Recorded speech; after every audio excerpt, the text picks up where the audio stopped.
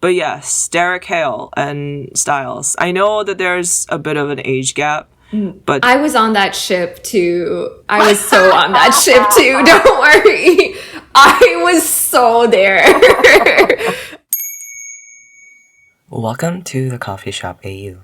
I'm Jay, your host, and you are listening to part 2 of my conversation with Sarah about her journey of discovering her bisexual identity as a young adult who also happens to be Muslim and American.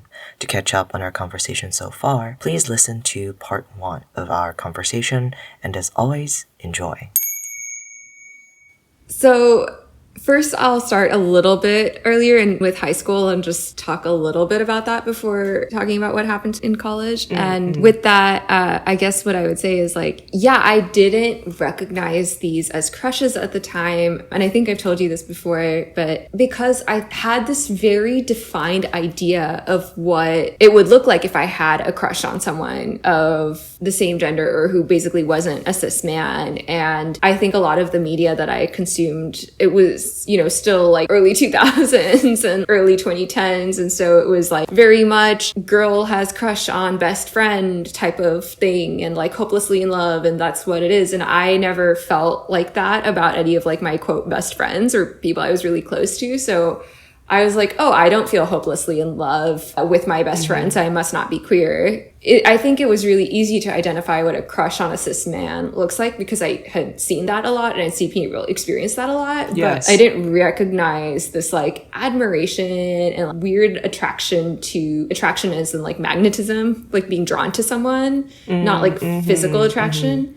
Of I think this person's super hot type. Because not everybody experienced that either. Yeah. And I didn't recognize this. I just want to talk to this person and get to know them. And I really admire them as a crush. Yeah. I just thought that was my admiration and me kind of wanting to be like them. And so I think the constant dilemma that a lot of lesbians I've heard say this joke that they've been oh, do I want her? Do I want to be her? I think that totally is the question in high school, except it was I just want to be this person. There wasn't even a do I want them. It was I just want to be them or kind of hang out with them. They're just so cool. Right. You didn't have the space to even understand for that to be a dilemma. Yeah. It was just out of the question. Yeah, because I didn't know that's what it could look like. And so then when I went to college, I gained so much of a better understanding of queerness because I didn't go to college with any of the people that I went to high school with. I was in a new city and I had the opportunity to explore and to meet a lot of different people. And I think a lot of people were exploring their sexuality in college.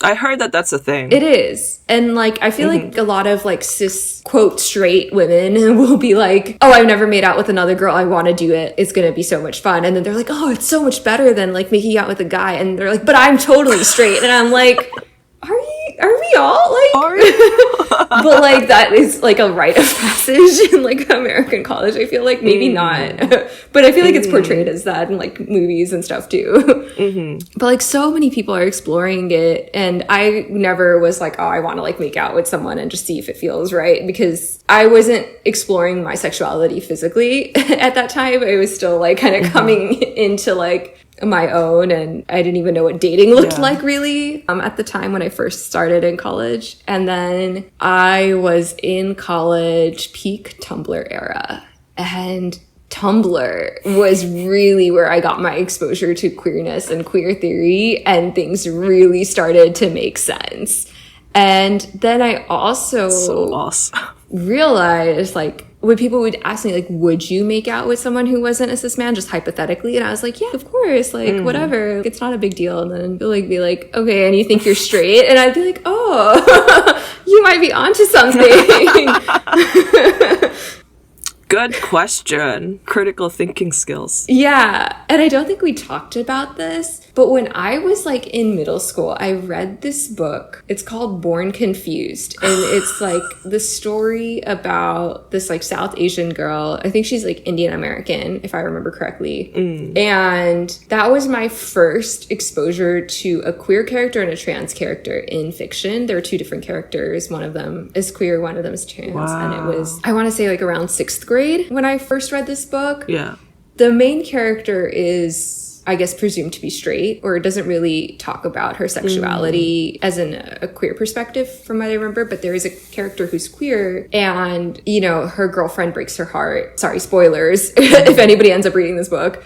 But her girlfriend ends up breaking her heart, and she says this line that I still remember, which is, I would love her in any other body. And that was like a light bulb moment for me when I read it. And I was like, yeah, that's what love is. And then I never really interrogated that until I was in college. Right. And then I was like, oh, I would love someone in any other body isn't necessarily just I love them unconditionally or whatever. That's kind of part of queerness, or my queerness, is that it's not so much about gender or gender expression. It's about my attraction to them and my connection to them. And that can happen for me regardless of the gender expression of the person.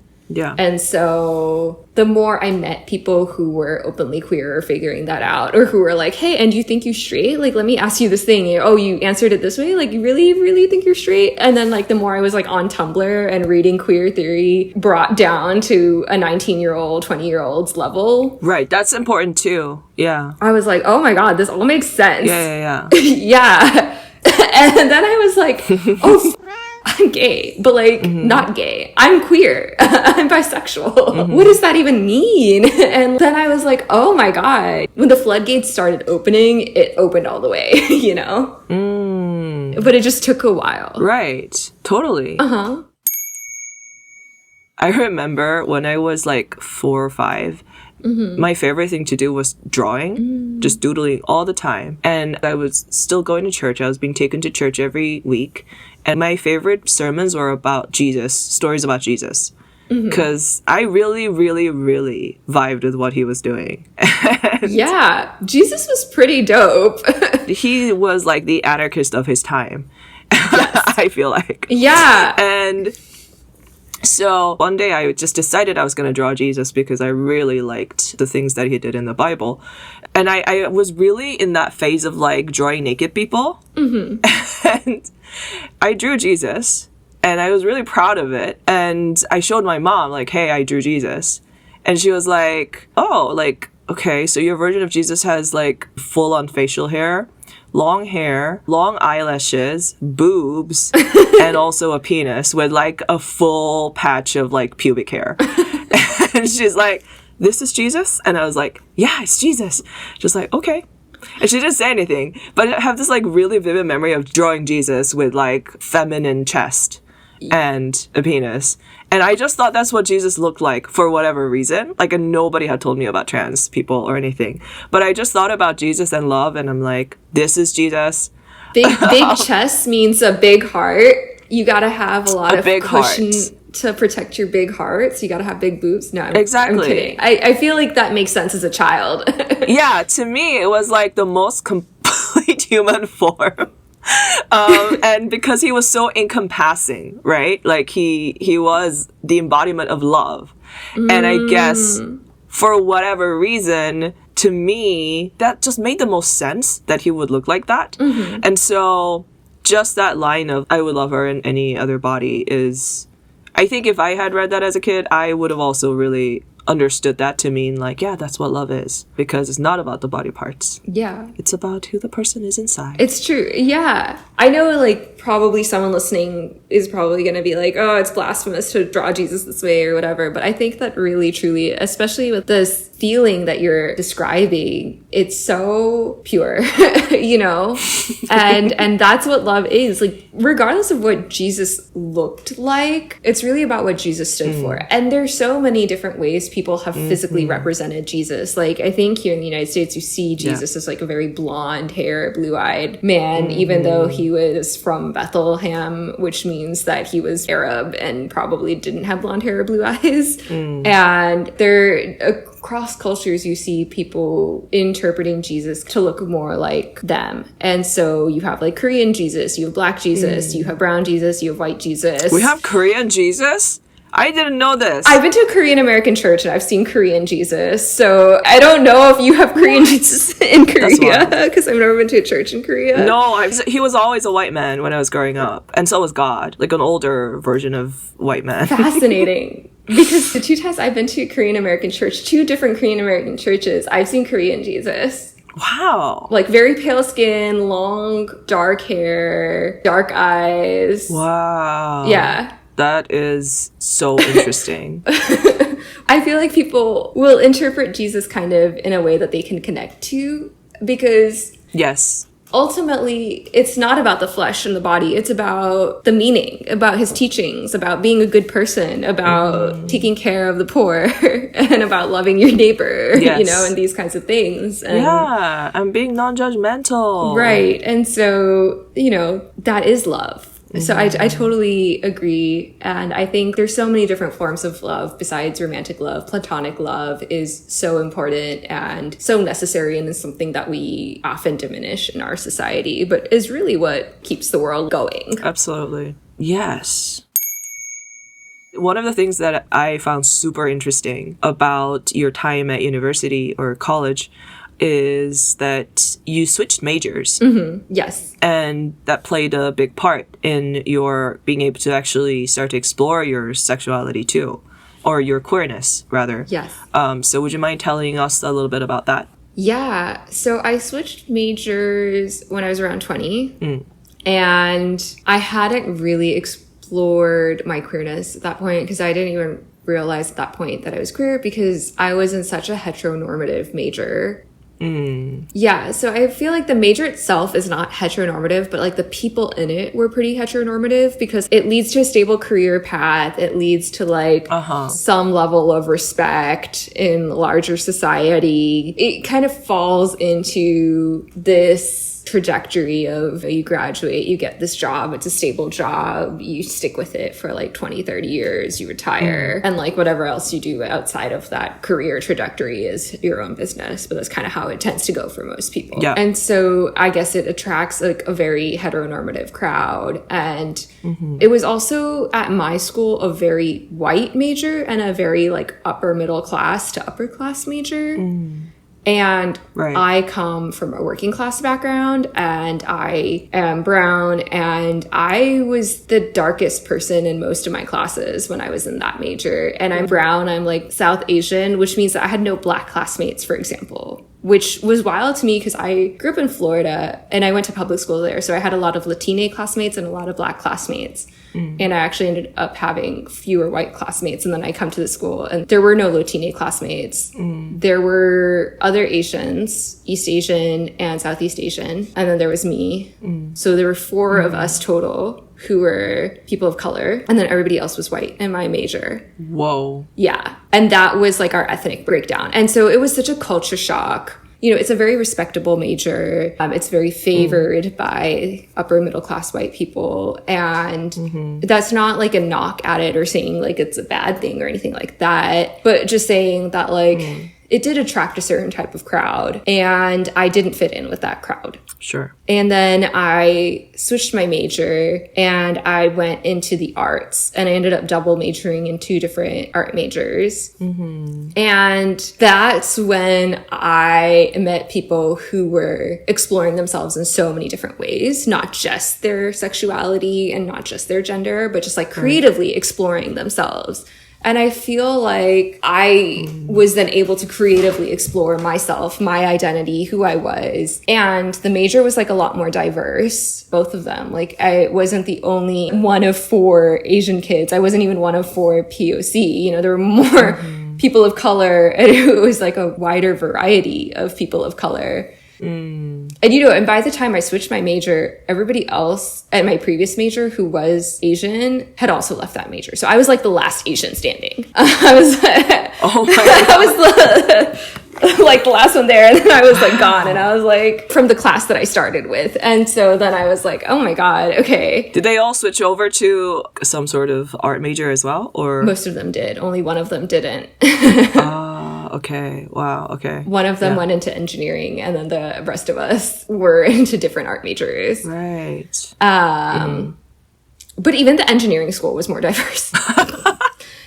Wow. Anyway, Okay. yes, I was in this art major, or more creative major, and people were exploring themselves, they were exploring their identities. People were more open to dialogues in general, it felt like, not just about sexuality, but about identity, about culture, about politics. Like, we didn't agree, but there were like people who were willing to have these conversations. Yeah. And I think like there was a little less room for nuance. I feel like when you're younger, or at least for me and my experience, like when I was younger and when I was around that age, like there was some nuance, but not to the extent that I have now. So some people would take like hardline approaches. I think I had some hardline approaches to my politics and perspective, but there were still conversations happening. So there was like this freedom creatively and in the way that you're able to think, the way that you're able to communicate, the way that you're able to express yourself, that naturally allowed itself for the space to explore my gender and sexuality. And I still identify as cisgender, but it's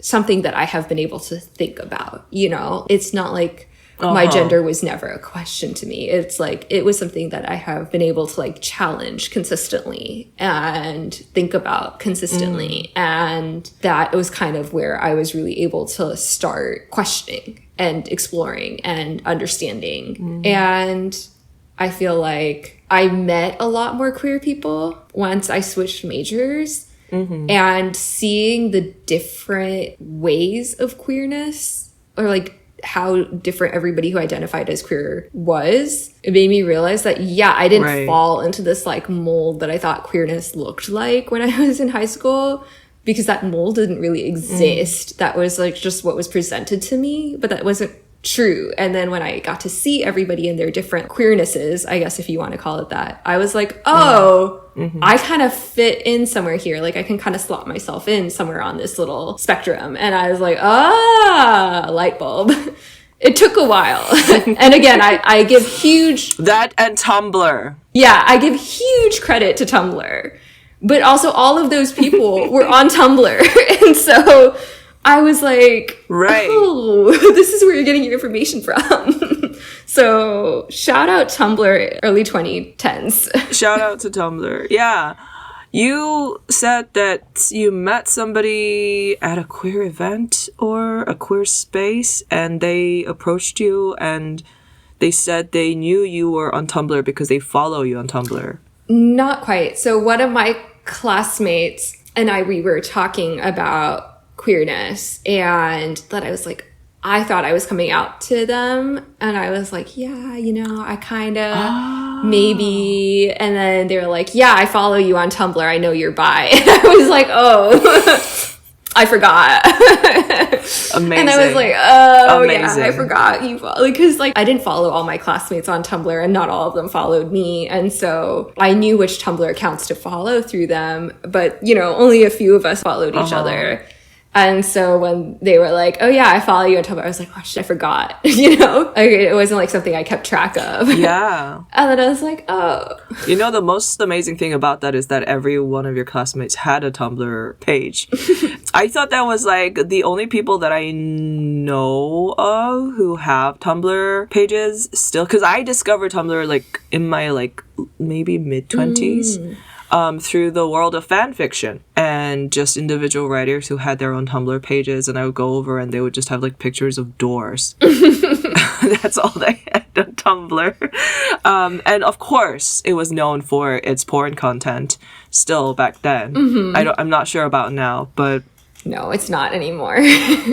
Yeah, I heard that they were doing something about that. But I remember like nice, cool GIFs and stuff in fandoms. I was really into Teen Wolf at a certain point. Me too. Really? Teen Wolf was pretty cool. The series creator is a gay man, I think. I didn't know that. Interesting. Yeah, saw a little like talk on YouTube. But yes, Derek Hale and Styles. I know that there's a bit of an age gap. But I was on that ship too. I was so on that ship too. Don't worry. I was so there. Usually the age gap bothers me. And then I was like, but one of them is like a werewolf. And I feel like that kind of requires a level of like suspension of disbelief already. So I'm like, whatever, we're just going to pretend like this guy stopped aging at 22. Yes, it's set in a fantasy world. And also, you know, what gave me a little bit of a comfort level with that was, and I'm not endorsing this in real life at all, but Styles, I feel like there was a lot of like real life interactions that are feeding into that ship, and I have no idea if I'm going to put this into the episode or not, but the actor who plays Styles Stilinski, he's the one in a lot of interviews, the way he reacts to the actor who plays Derek? It's just so like a puppy love, sort of like, oh my gosh, like this person's amazing. And I feel like that bleeds over into their interactions, like on the show. There was a huge fandom around those two just because of, in interviews and stuff, like you would just see that interaction between the actors. And even on the show, Styles was the one who was he seemed a bit more affected by Derek. And there was that whole fandom interpretation of like, he's just super turned on by this older guy who wears cool leather jackets, and he's also a werewolf. And like, of course, if you're a high schooler and a werewolf looking like that shows up, you know, you can have that reaction. Yeah. And it's like, that's okay. Exactly. That's okay. I think if I were to like go back now and discover Teen Wolf for the first time, I may not ship it because of that age gap. And like now I'm much more aware. But at that time I was so close to that age that for me, I didn't see it as a big gap. Yeah. But also, like, that dynamic between them was so fun on screen because Styles is kind of like the only human one. He's like, I'm bumbling around trying to figure out this whole werewolf thing with my best friend. That's Here's so this true. kind of intimidating werewolf who's like taking my best friend under his wing, but also could be dangerous. And also, I don't really trust him, but also he's kind of cool. And it just, you know, both the actors are pretty hot, pretty conventionally attractive. And so that also helped. But I think that it was just such a fun dynamic of like grumpy werewolf, like bumbling, but very sunny human. Oh, yeah. Grumpy werewolf. And like a big Labrador. Yeah. The way you just put it, to me, sounded a lot like a queer allegory of like a baby gay coming into the queer scene, and there are all these werewolves who are cool, they know what they're about, and they're sort of demonized by society or hunted, but you're like fascinated, and you're kind of maybe attracted. And yeah, your best friend is also a werewolf. So he can safely be like no homo, but he's not really willing to be no homo. Right.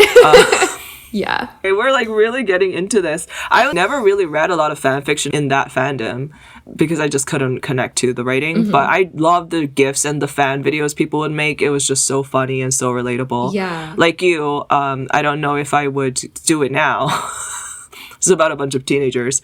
But there were some really genuinely lovely moments in that show. I still remember when the main character... Scott, I think? Scott, yeah. When he met his first girlfriend and he was like having a freak out after turning into a werewolf and his heart rate was going up during class. Oh, yeah. And she just like reaches out and holds his hand and his heart rate slows down. And for me, that scene really stuck with me. That was a beautiful moment in that show about a bunch of teenage werewolves. Yeah, I really liked that show. I remember it fondly. I have not rewatched it. I refuse to like ruin it for myself because I know it was campy, but I liked that about it at the time. And I don't want to go back to it and be like, oh, this was problematic or oh, this was too campy or whatever. I'm just like, I will leave it in the time capsule that is. But also, yeah, the fandom took a life of its own. Again, I didn't read any of the Teen Wolf fanfic like you, but I saw a lot of fan art, a lot of GIFs, a lot of like funny text posts too.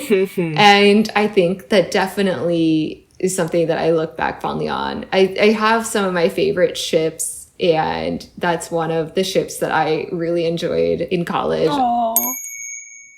Another ship that I really got into that got me into like fandom and reading some level of fanfic, even though I wasn't really into fanfic when I was in college. But I liked the Derry, the Draco and Harry pairing shipping. And I think like part of that was like the fan art was so good. But also I had really enjoyed Harry Potter as a child. And then J.K. Rowling came out as like being very transphobic. And so I felt like the only Harry Potter Potter related content that I could enjoy was one that wasn't profiting her. The fan created work. Yeah. And so it was always the fan created work. And so Dairy was a great one because I love an enemies to lovers trope. And then I got into the Dramione, I guess is what it's called, the Draco Hermione fan art too, started popping up on my feed on Tumblr. And I was like, oh, I really like this because they also like race bent all the characters too. Oh, wow. That's awesome. And so it was just like this really interesting and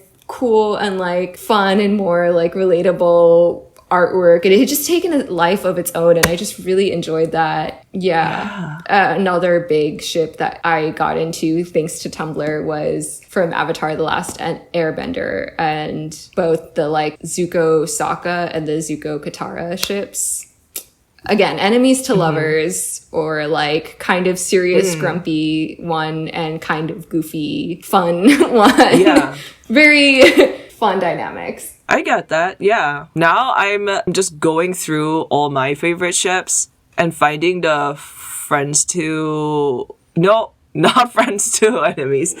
Enemies to lovers pattern, too. Oh, interesting. In my favorite ships, though, people are always fighting. Like, physically, they're in fights together. Like, battles. And, like, gunfights. And I don't know what that's about. But, yeah, I really like that, too. I wonder what it is. Maybe it gives us hope that we're not doomed to dislike the people that we dislike now forever. We can actually grow to love them at some point. Yeah, there has to be some sort of psychological undercurrent. I should ask a therapist, but I also don't want to be psychoanalyzed that deeply. Maybe not yet. About your fan fiction taste. Yeah. One of the things that really stood out in our last conversation when we talked about your time in college was how you described how in creative spaces, whether it's like an art major or I guess like any kind of artistically oriented spaces, there are people who are more willing to explore queerness or at least be non-judgmental than in certain other disciplines or fields of studies or work. Yeah. We agreed on why that was. Yeah. We have theories. We do. Yeah, I think one of the theories I have is because the arts force you to think outside of the box, and queerness forces you to think outside of the box, and they are both complementary to each other. Like if you're willing to think outside of the box about your gender, your sexuality, you can also think outside of the box creatively, like about the world around you in general. And I think the ability to question the world around you or to analyze it and try to look at it from different perspectives gives you the skill to be able to analyze and question yourself, and vice versa. When you're able to question and analyze yourself, you're able to like look at the world around you and think a bit deeper about it, peel back those layers, as we were saying. I think that these are just very complementary skills. And so my theory is that they benefit each other. And I think that also because creative industries are often out of the societal norm, you know, we were talking about that you go to school, you graduate, you get this job, you stick with it for 20 to 30 years, and then you retire or whatever. In creative industries, you don't always have that stability a lot of times. So it kind of attracts a few different types of people, but one of the types of people it attracts is people who are really interested in that artistic endeavor. Another type of person that attracts is people who like changing things up and who may not like that level of stability, or it might feel intimidating for them. And I think in both of those scenarios, a lot of queer people can identify with that, where they don't want to like either live what I call like a checklist life, where they grow up, get married, have 2.5 children, maybe a dog or a cat, buy a house, blah, blah, blah. They're like, my life is going to have to look different from that because of my queerness, or maybe it won't, but I would have to figure out a way to make that happen because of my queerness, and it's not being fully accepted in a lot of different societies. So that's like the stability route, and the other route of like just like the love of the art and like really wanting to like explore the art. I think like it goes back to the self-exploration, right? And I think so many queer people can identify with that because they've had to explore themselves and had to think creatively and had to think out of the box of what their life looks like or who they are. And that sort of career or field of study can feel really attractive when you're already in that mindset. Yes. In that kind of having to imagine what doesn't exist yet.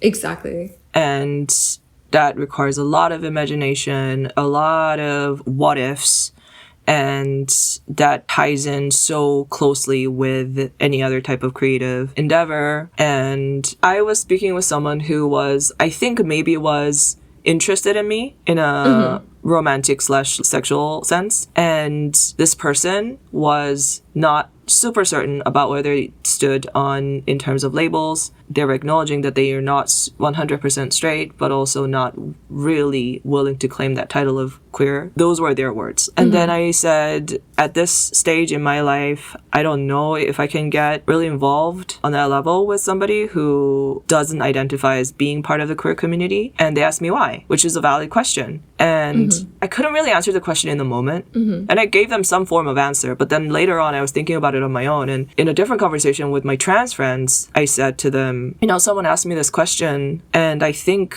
my true answer is that if you're not part of this community, then that to me signals that they're not really in a space right now in their life where they feel the need to imagine a different reality.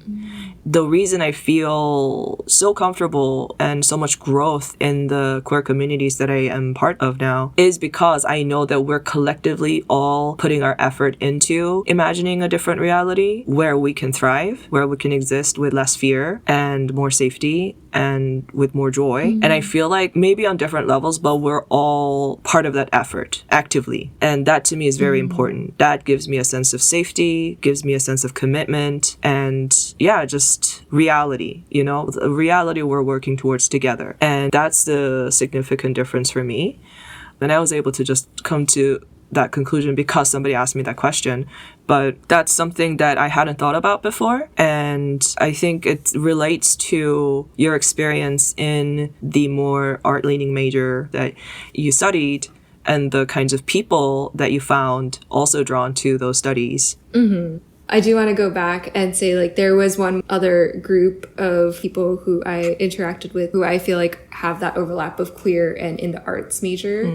I think the third one is like the people who are just kind of the misfits. We find ourselves in the art majors, and then we also find ourselves to be queer. I think that's kind of, you don't fit in for some reason, and then you find your place and you're like, oh, this makes sense. And that's like that other group of people who I think are in the arts and also queer. And not to say that these are the only three groups, but of course not. Yeah. These are just some of them that I've found. And then to get back to what you were just saying, yeah, I think that that's a really interesting question that was posed to you. I don't know how I would answer that. If it were posed to me, maybe I would feel comfortable, maybe I wouldn't. But I think that this point that you bring up of collectively imagining a future for ourselves together, yeah, I think that's really important. And I think whether or not someone identifies with the label of queer, queerness is an exercise in imagination, because you have to imagine a world in which queer people thrive. And that's not an original thought. That's something I get from like a lot of other queer people who've said that. I think Alok Vaid Menon is someone who said that. Many other people have said something to this effect.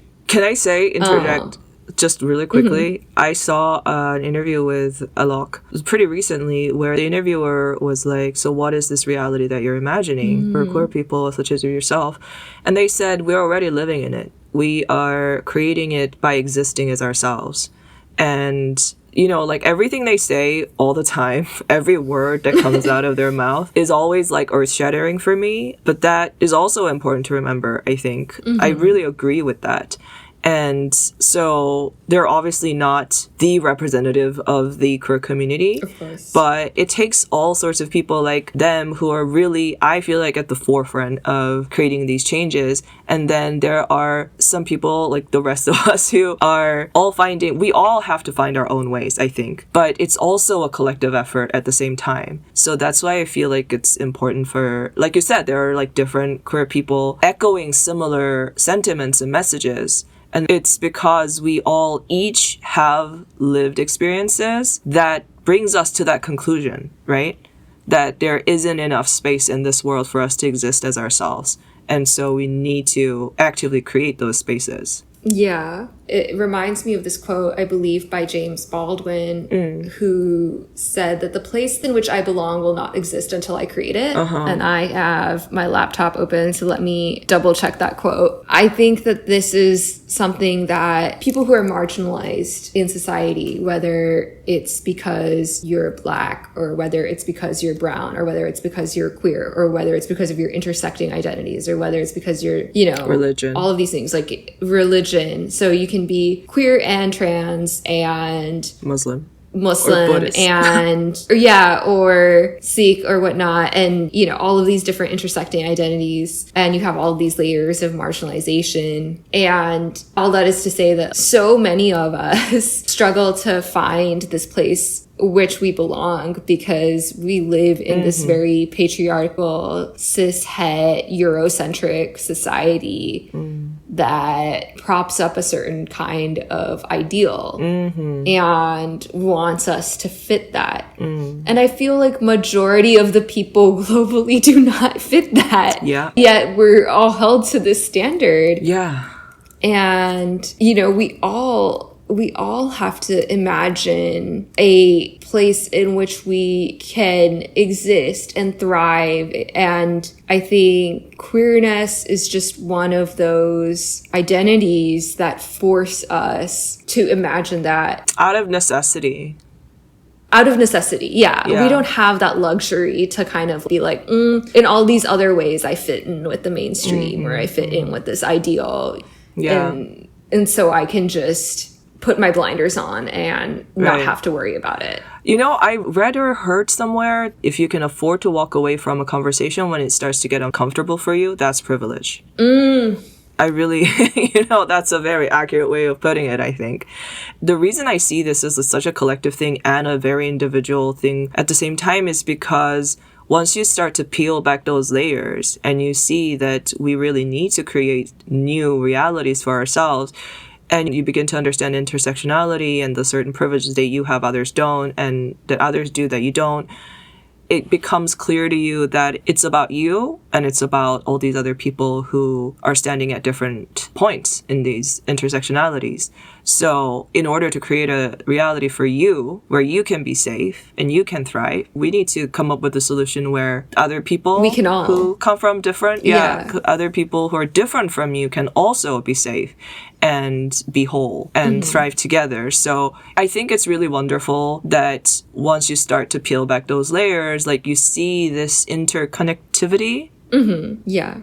Like the need for interdependence and the need to consider other people's reality, not just your own. Because it's all relational. Like, I am really learning about relationships and listening, the need to listen, because I'm queer and because we're like all trying to paint outside the box or the lines or whatever. And we realize that we're not alone. We felt alone in the box, but once you step out, it's like, oh, look at all these other people. Like, what can we create together? Yeah, I did find the quote. The quote is by James Baldwin, and the quote is, "The place in which I'll fit will not exist until I make it." He said a lot of cool things. Yeah. Cool truths. James Baldwin is such an amazing thinker and writer and speaker. Speaker too, or was. I guess I shouldn't say is, but... I mean, it lives on, you know, in this age of social media. Lives on. True. But yeah, and I think that, like you were saying, our struggles are so interconnected. And for me, growing up in the United States, I've learned that through a Black feminist lens, because that's how I've grown up and learned about intersectionality. But I think that when you just see and understand that simple truth, no matter how you get to it, whether it's through your queerness, whether it's through different marginalizations, and you accept it, because I think there are a lot of people who get to that truth and then they reject it. But I think when you get to that and understanding that our struggles are way more interconnected than even we like can see on our day-to-day lives, then we can really start to like imagine a different world. You and I, we live in two different countries, but so many of the things that we have in common as far as like struggles that we've encountered overlap. Yeah. And the joys that we've experienced overlap too. Exactly. And so I don't know the exact words that I'm trying to think of, so I'm not going to say this very eloquently, but basically like knowing that we face similar struggles in two different countries that are not that close to each other physically, and knowing that we've experienced similar joys as well means that we can together build a world that we can experience more joy and ideally less struggle. And that just can't be for us, but it has to be for everyone. Right. It's never just about you or just about me. It just isn't. Right. It's about everyone. And I think queerness can teach us that. Can teach us how interconnected our struggles are. I mean, and there are different ways of approaching intersectionality.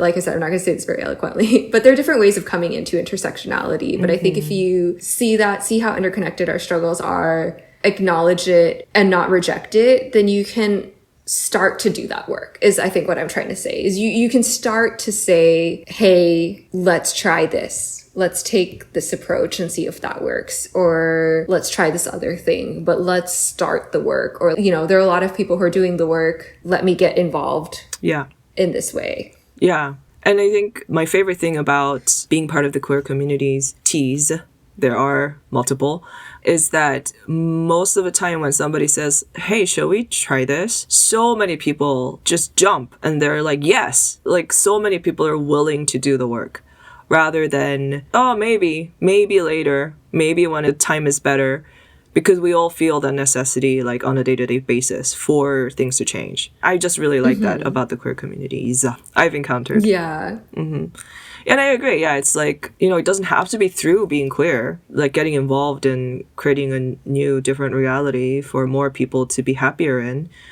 But for me, at least, being my ethnic identity, living in a white society when I was living in the UK, just made me feel super isolated. But for some reason, learning about my queer identity and becoming part of the community, I've just been able to meet more people with similar experiences to mine, but from just different backgrounds. So, not just the racism, not just being East Asian. That's just the way that I experienced it. And to me, like being queer and being innovative are like synonyms. I guess I'm just trying to really drive that point home. Yeah. Like you need to be told about this. I think that overlap between creativity and queerness is pretty significant. And, that Venn diagram, I think we've said it before, isn't a circle, but it's a pretty significant overlap. Here in the South, there are definitely still queer people that I have tangentially encountered who I'm not close with or really like friends with or something. So that's what I mean by like tangentially encountered, but who hold to what you or I might call pretty conservative ideals. And that's, everybody can have their own values, and I'm not saying they're wrong for that, but I think that the ideals that they're holding to and the values that they're holding to don't leave space to imagine a world for all of us to thrive in, or even queer people to thrive in. And so that's why I say it's not a circle, but I do think it's getting pretty close to a circle. Yeah. Well, that's very hopeful. What are you passionate about? Can I say eating in general? Sure. Yeah. I enjoy a lot of things, but I do really enjoy trying new restaurants and eating food from different places, different restaurants, different styles of cooking, different types of food. So I love exploring the food scene here in Atlanta, or pretty much anywhere I go. I think when we met in Seoul, I probably talked a lot about all the food that I had because that was how I was touring Seoul, was through all the restaurants I was trying, the cafes I was trying. You did mention that, yes. That's how I like to travel too, is my stomach really guides me. Amazing. And I'm pretty passionate about that. Yeah. Which is slightly weird because I don't love cooking. Like, I do enjoy it when I finally get to do it. Yes. But I think a lot of times I get home from work and stuff and I feel like, oh man, I have to like cook now and eat. Or like if I try to meal prep, I'm like, oh my God, I have to like meal prep all this food. And then by the time I'm on like the third day of the same dish, I'm like, oh, I'm tired of it, you know? So like it feels a little counterintuitive. Sure. but it is something I'm really passionate about. And giving people food recommendations and then them being like, oh yes, your food recommendation was very good. I enjoyed this food a lot. And like sincerely meaning that gives me a lot of joy too. Perfect. And another thing that I'm very passionate about is my bed. Oh. I believe in... I am loving your list. Yeah. And like really trying to make my bed as luxurious as possible for myself. So I have like my cotton sheets and my like linen duvet cover, and I have my down duvet insert and my string lights tied around the headboard for when I need a little extra light. You know, I have like this whole whole dedication to my bed where I'm like, okay, I need to like buy a really nice organic cotton duvet cover that I could like switch, so I'm not just using the same duvet cover. And yeah, it's You'll wash ridiculous. them regularly? I wash it. I wash my duvet cover regularly. But I think it would be nice. You're adulting. And help my duvet cover last longer if I also switched it out and had like 2 duvet covers. Sure, yeah. So that one would get a break, which seems really intense for someone who really, like, I do not live a luxurious lifestyle at all. You know what I mean? Like, I do not have that kind of multiple duvet cover income, but I really care about it. And I'm like, this will be my big purchase for myself for the year. It will be a really nice organic cotton, 500, 600 thread count duvet cover, you know, or whatever. Wow. And now I want to feel your duvet cover. I'm absolutely passionate about it, and I don't take that I take that more as a compliment. Okay, good. Than as a creepy statement. So it's ridiculous. Thank you. So I'm able to laugh at myself about it, but it's something I really care about, is like my bed sheets and my bed and like my sleep. That's important though. That's important. That's like super important. And I feel the same way about my coffee process. I'm not a huge coffee snob. I can't tell the difference between different beans. Just my taste is pretty simple, but I love trying different methods of coffee making, and I'm not even good at it. I'm not one of those people who can afford like thousands of dollars worth of, espresso machine, but I will try out the expensive hand-blown, expensive by my standards, Chemex hand-drip bottle things.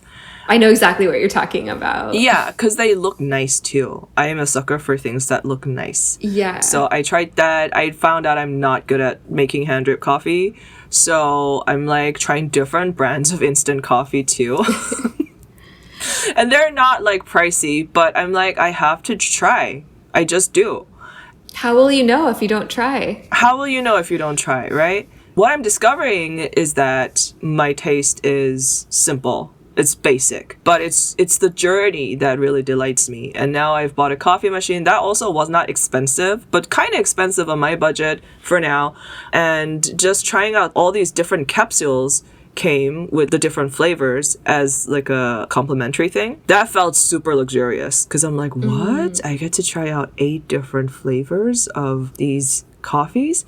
And I'm not somebody who cares a lot about anything except when it comes to trying out different types of making of coffee and different beans. I also did that at one point, but also I really like cameras, so just those 2 things. That makes me sound like so snobby. No, it's just to be clear, most of my cameras that I use are hand-me-downs.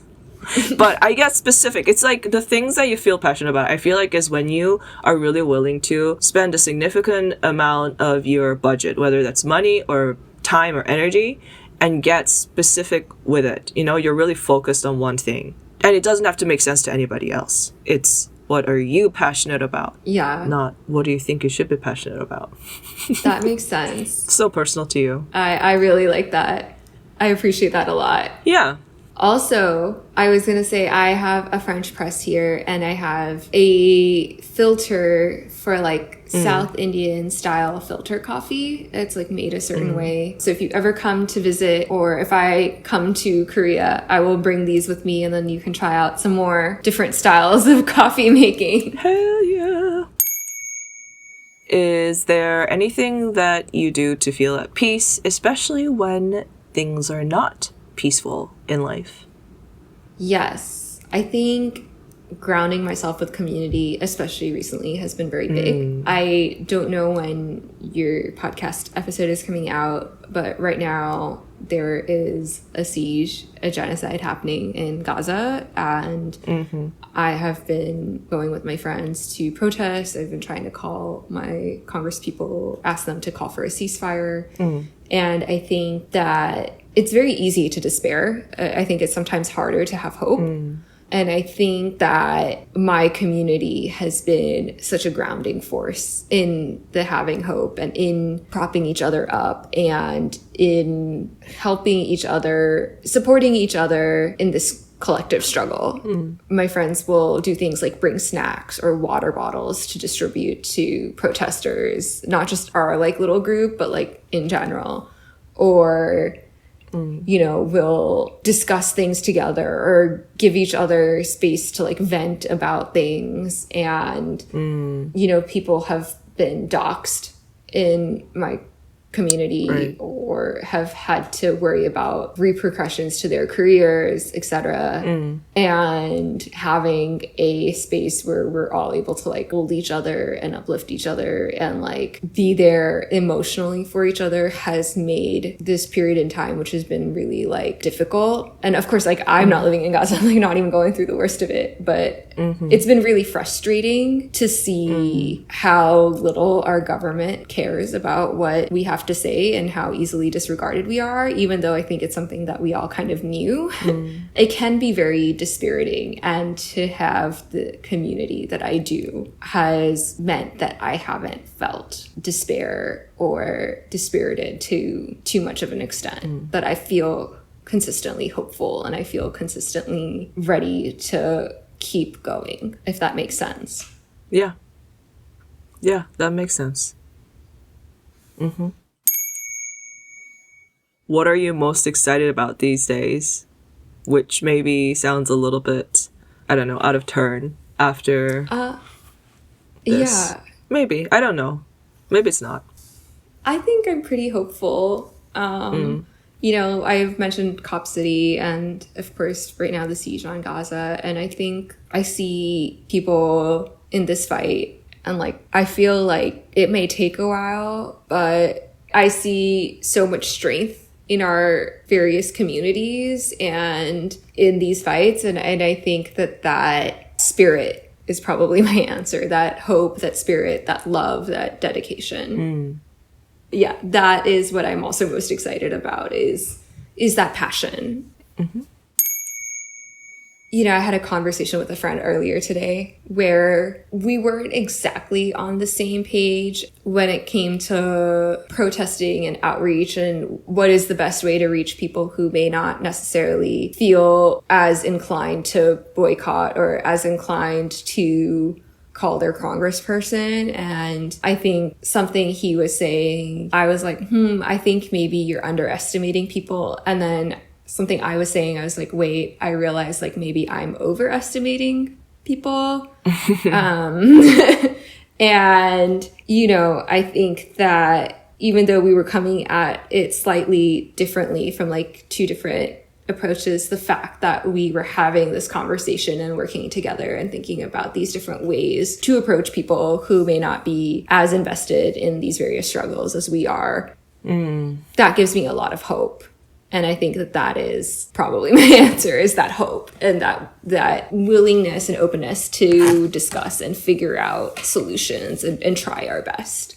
Yeah, absolutely. What is your favorite drink? So I knew this question was coming and I gave it a lot of thought. And I have decided that I believe, at least at this point in time, that my favorite drink is masala chai. Masala chai. Because I think it is delicious, and you can have it hot, and you can have it iced, and it is perfect year round, and it brings me a lot of comfort when I drink it, and it also provides the caffeine boost that I usually need when I'm drinking it. So it is my favorite, and I think probably most versatile drink that I drink. Do you make it yourself?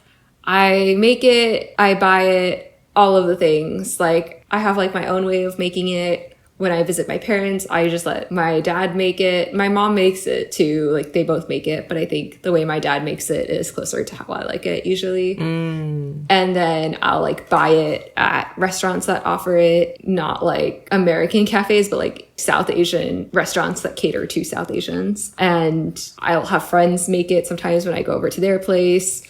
Cool. There are just so many situations in where I'm like drinking masala chai and it's like made by me or someone else, and I love it every single time pretty much. It's kind of hard to mess up. I'm sure someone will accept the challenge, but I feel like it's a pretty straightforward method. Okay.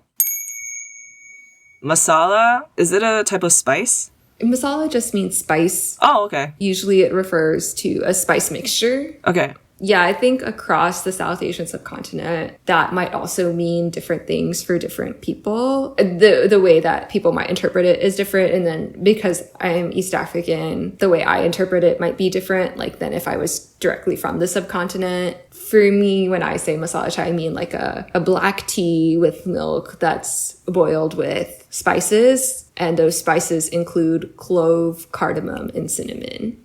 Oh, okay. So that's the version like that I think I'm also familiar with. I remember having chai in Nepal a lot, and we were tracking at the time for like 2 weeks straight. So we arrived in Kathmandu, and that was the first time I had like chai, I think, with the spices. And I think that tasted like the version you're describing, like a lot of the flavors.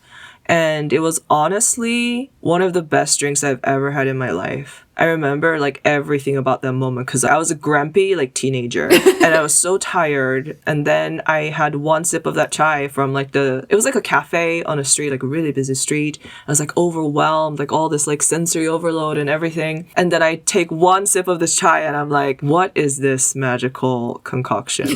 Like, this is the most calming, soothing, and like nourishing thing potentially that I've ever drunk. And it actually really reminded me of this other drink we have in Korea, which is a mix of like different oats dried and ground up together. It's called 미숫가루. You mix that with water or milk and you have it, and it's a little bit more bland in a way, but it has those like really, really like subtle notes of the different grains. It's like a grain powder mix. It kind of reminded me of that feeling of drinking that. Something settles in your stomach and it like calms down your whole system.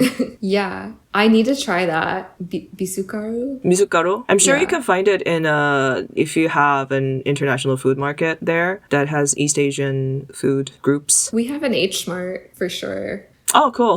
Yeah, so that's good. I'm sure it'll be there. If it's anywhere, it'll be at H Mart. Is it ma sound or a ba sound? Ma. Ma. Okay, misukaru. Yeah, it's pretty dang good. Like, I haven't found an authentic, I say authentic in reference to the one that I drank in Nepal. I haven't been able to find chai like that in Korea. I am happy to do a separate call where I can teach you my version of making it, and then you can try it and see if it comes close. And then we can scour the internet for various Nepali chai recipes and see if any of those come close, and do a little taste test and see how they rank. Oh my god, that'd be so cool. So, your favorite drink is masala chai. You are an awesome human. Thank you.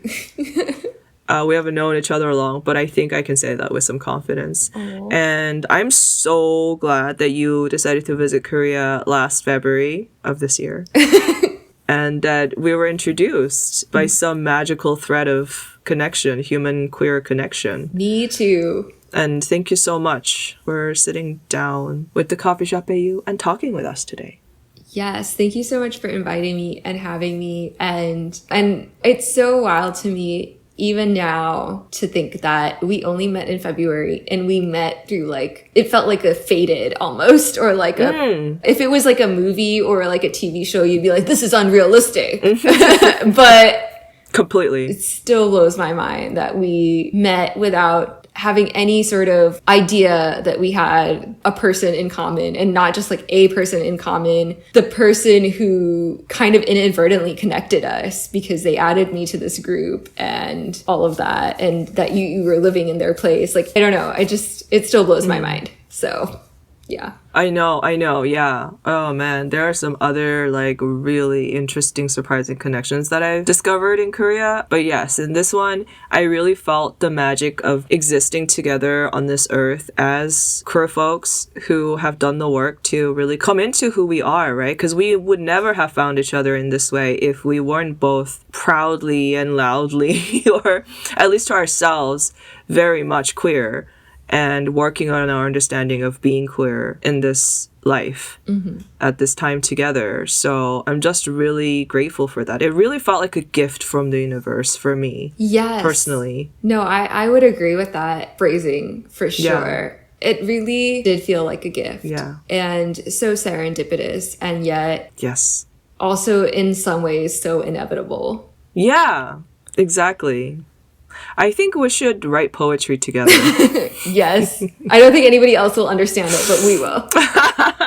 I was actually seriously thinking of starting a queer poetry, spoken word writing club. I don't know. Language and all these things can connect people. But anyway, if I do, I'll share my poetry with you. I like poetry. I don't read a lot of them. I like writing them.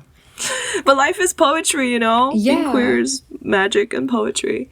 So my proposition is very serious. If you want to write poetry together, I'd be down for that. Me too. I actually would be down for that. And I also think that reading and appreciating poetry from like a writing standpoint are related but still different things. Like, I think you can appreciate writing poetry but not really read it as much. And then I think you can enjoy reading poetry but not really want to write it so much. So yeah, exactly. See, this is the vibe that I'm talking about. We can see both sides of the coin. yes. Makes me feel less alone. Yes, we're all interconnected. We're all interconnected.